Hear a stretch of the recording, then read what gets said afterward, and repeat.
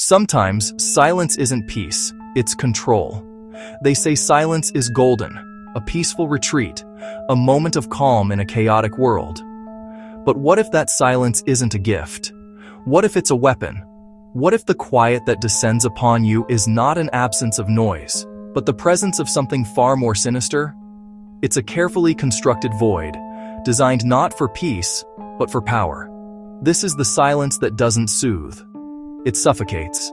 It's a tool, wielded with precision by those who understand its unnerving power to control, to isolate, to break another person's spirit without ever raising their voice or leaving a single visible mark. Imagine a room where a conversation once flowed. Now, it is filled with a heavy, deliberate hush. The air grows thick, almost unbreathable. Every tick of the clock seems to echo with unspoken accusations. This is the manipulator's opening move, the sudden withdrawal of communication, the abrupt end to connection. It is not an accident, it is a calculated strategy. The silence becomes a wall, invisible yet impenetrable, leaving you on the outside looking in. You begin to question what you did, what you said, replaying every moment in your mind, searching for the misstep that plunged you into this isolating quiet. This form of quiet is not empty. It's teeming with intent. It's a performance, a dramatic pause meant to build tension and anxiety.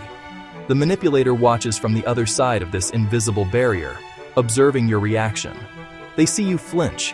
They see you second-guess yourself. They know we are hardwired for connection. Severed without explanation, it triggers a primal fear of abandonment. The silence is their stage, and your growing unease is the main event. One where you are the only actor, and you haven't been given a script. The weaponization of silence begins subtly. An unanswered text, a call straight to voicemail, a question met with a blank stare. These are not oversights. They are tests. Small, deliberate acts of withholding that create an imbalance of power. The manipulator is conditioning you, teaching you that their attention is a commodity, given and taken away at a moment's notice. This initial quiet is the first thread in a web of control, spun with patience and a chilling understanding of human vulnerability.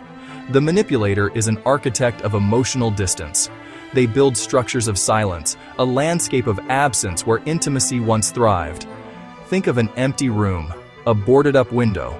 That is what they do to a relationship, methodically removing the furniture of connection, the shared laughter, the late-night talks, the simple reassurances. What remains is a hollow space where your anxieties are amplified, present yet absent, a ghost within reach. The proximity makes the distance even more jarring. This is the silent treatment, psychological warfare. It communicates disapproval, punishment, and dismissal more powerfully than any outburst. It says, "You are not worthy of my words. You do not exist." Sustained silence wears you down. It forces you to act. You will try to fill the void, apologize, offer concessions, plead for normalcy. Your attempts display dependence.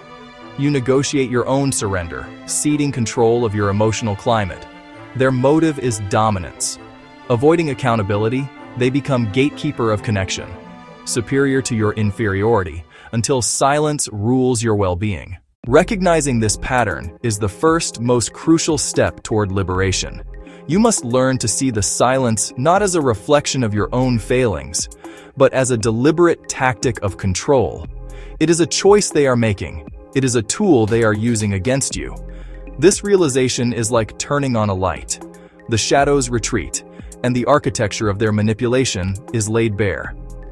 See the unanswered call not as rejection, but as a move in a game you did not agree to play. Understand their quiet is not your unworthiness, but their emotional immaturity. The next step is to reclaim your emotional power. Refuse to participate in the silent drama. Stop trying to fill the void. Stop apologizing for crimes you didn't commit. Instead of breaching their wall, build your own foundation of self-worth. Turn your focus inward. Reconnect with the things that bring you joy and a sense of identity outside of the relationship. Talk to trusted friends. Read a book. Walk in nature. Fill your own world with sound, with life, with meaning that does not depend on their approval. Learn to find peace in your own quiet. This is a different kind of silence, chosen.